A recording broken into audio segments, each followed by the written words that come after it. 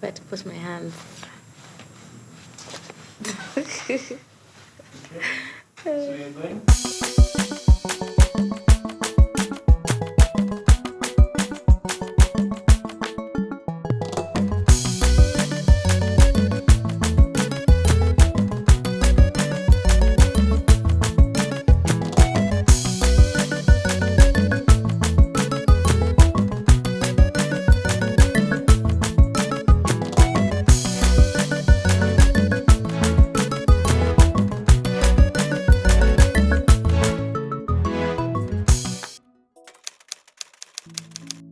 Pryshon is a singer, aspiring songwriter, and a recording and a performing artist for the past 4 years, semi 4, and an aspiring actress. I have 4 songs released. I'm currently working on an EP. It's called Feelings. It's just basically about modern relationships. You know, relationships are sai si kama za kitambo.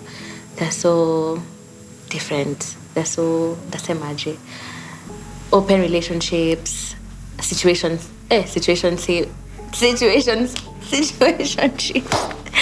entanglements. So yeah, that's basically what Feelings is about.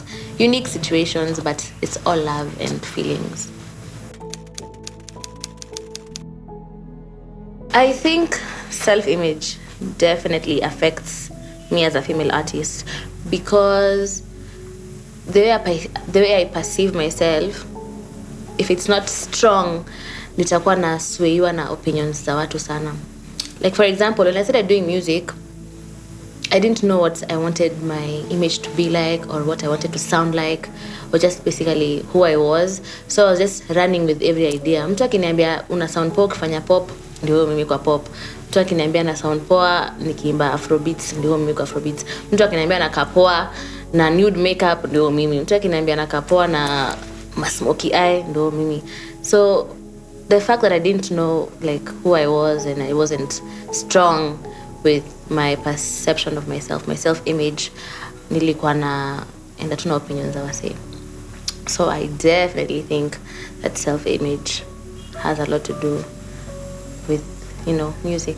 I needed to really dig deep from within and just figure out what I want my look to be, what I want my sound to be, what are my values, what do I love to do, what makes me happy, you know, such things.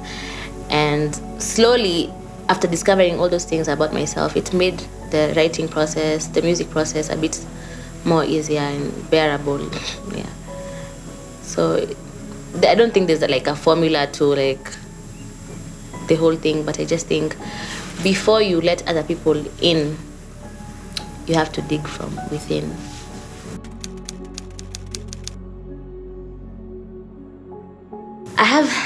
I'm blessed that I have a couple of highlights.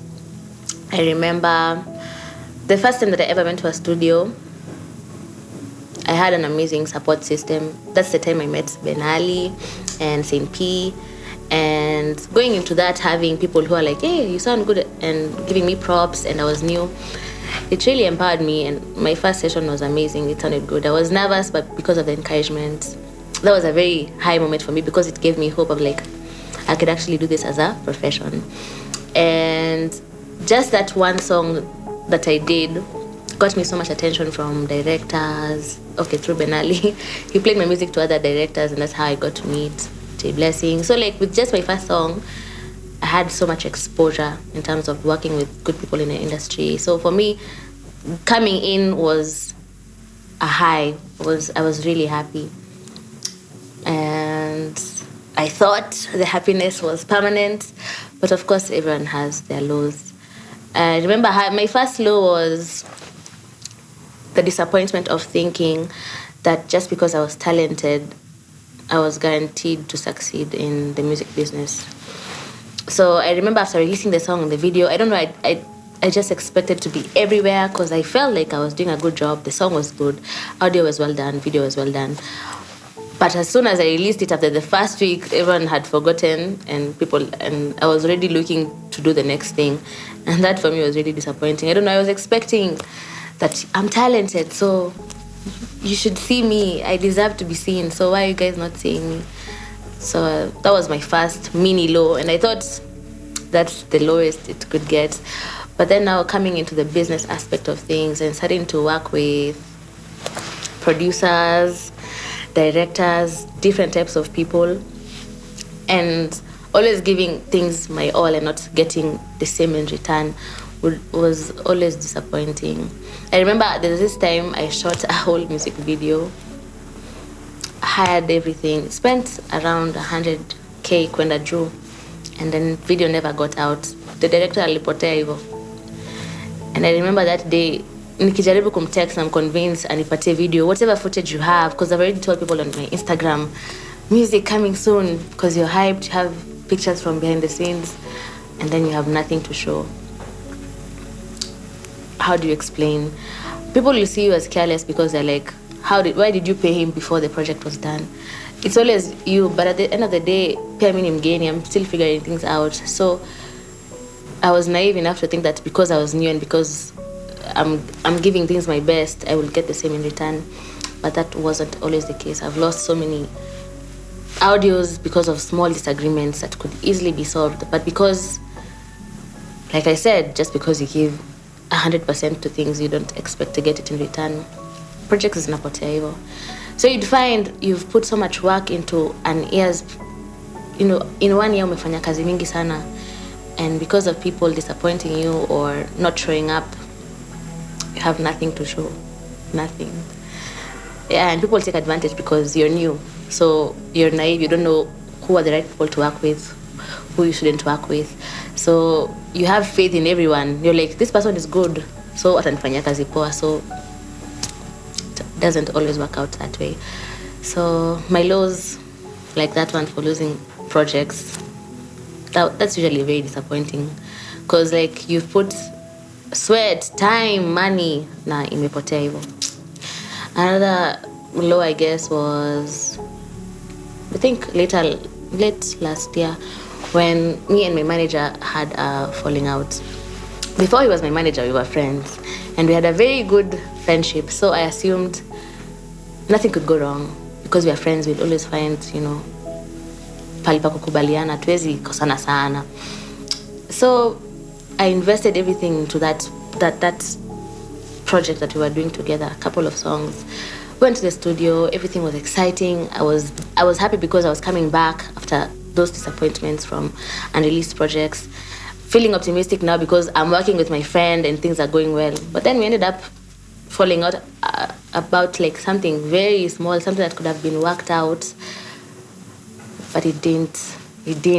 Nalikuwa nashangaa, mbona hatuwezi sikizana, sisi ni marafiki. Ndio najua kwa biashara hakunanga marafiki. Biashara ni biashara. And music is a business, so lesson is treat it as a business, not as a kitu tu ati mtasikizana na mabeshte zako na vitu zitawaka. It's a business at the end of the day.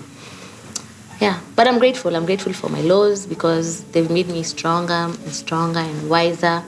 And I'm not the same person that I was when I started doing music. Yeah.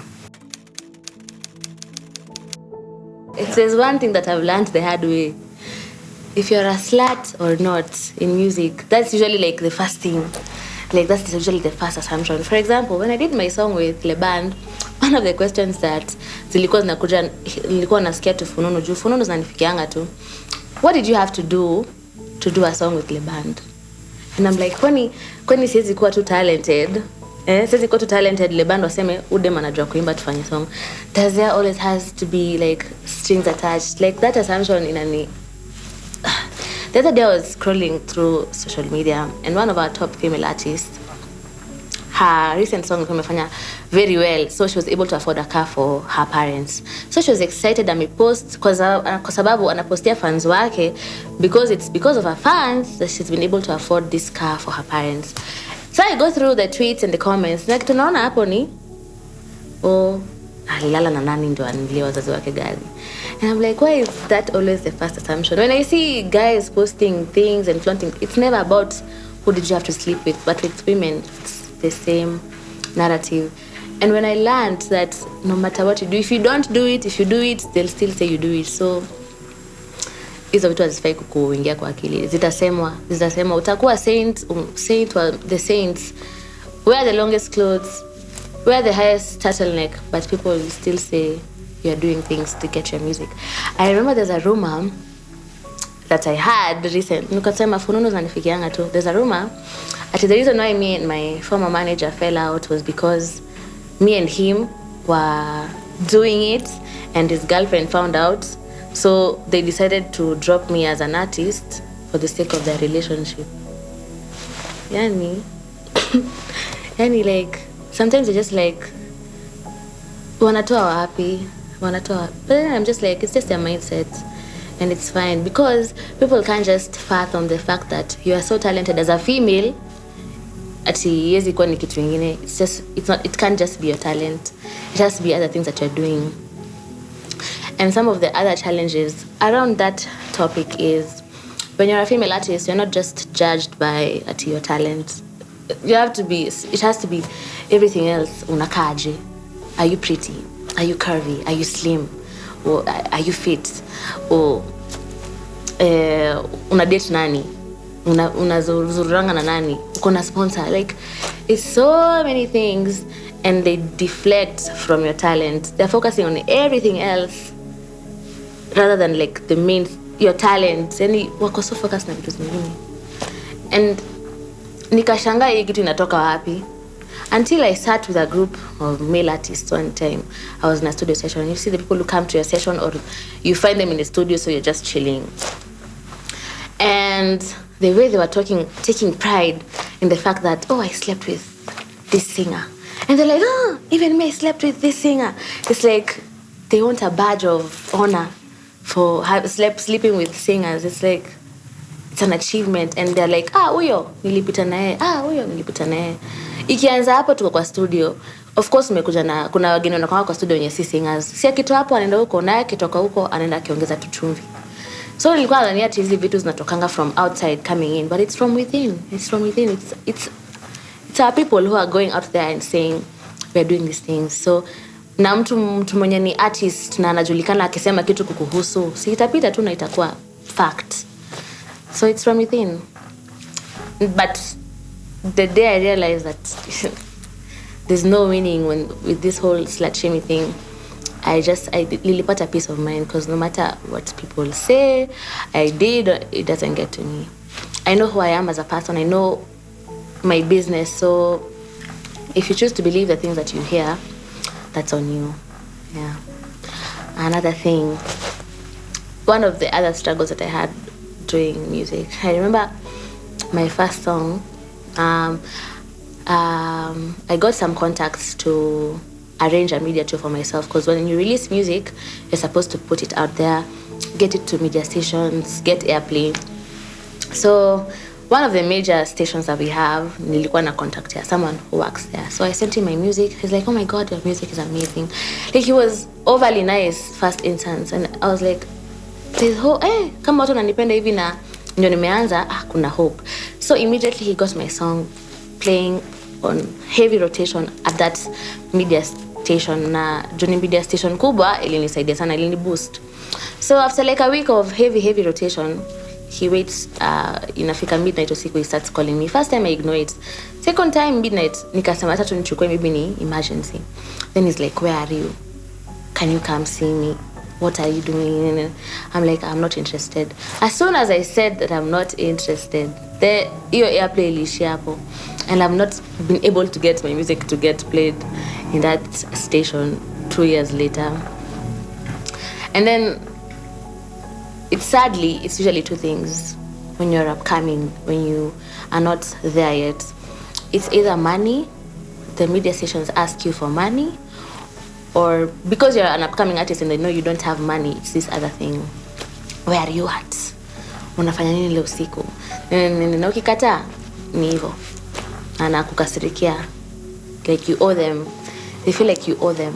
So with that type of like mindset, na ukijua tu hivyo utafanyika, inakudiscourage. And that's why it's important when you're new, especially as a female, to have a middle person. Ukiwa na mtu mwenye ana manager ama mtu mwenye hapo katikati, usiingiane na watu sana kwa sababu watakuzoea vibaya sana. Sadly you have to protect yourself because this is how it is. Yeah. When people ask you, what should the people who are already in the game help the people who are coming in, especially as females, what should they do?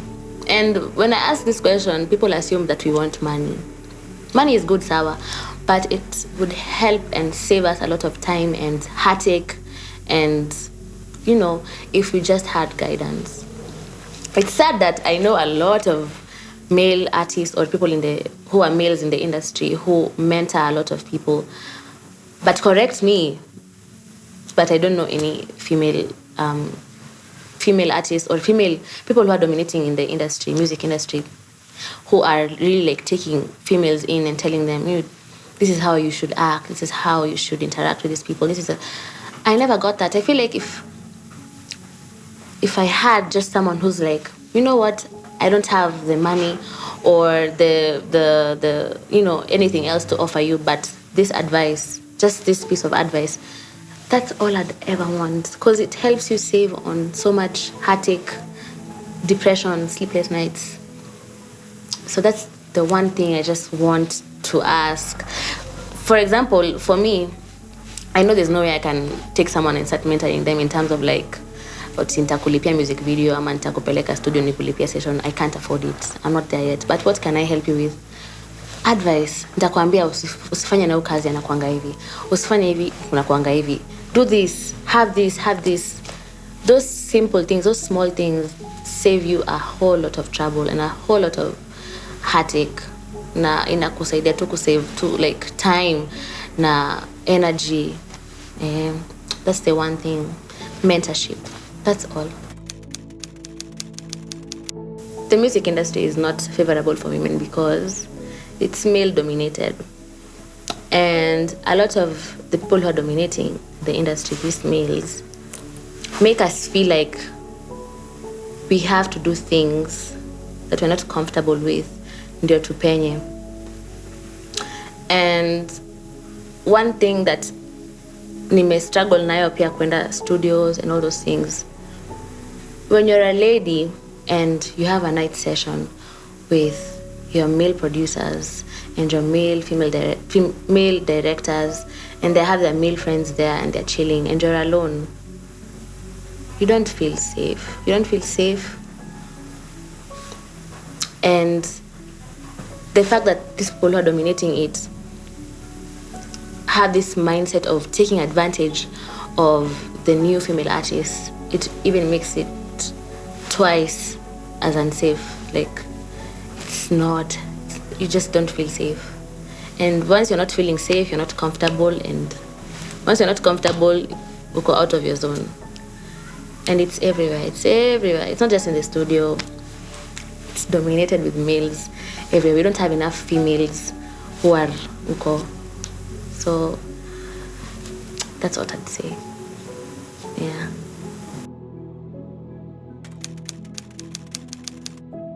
Alafu, nataka tu kukuwa na request. If you're coming to your show and you're a producer and you're in charge of mics or the things that just go in our clothes, please let us do it ourselves.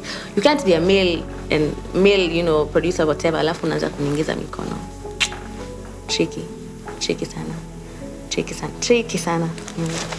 Keep your hands to yourself. Thank you.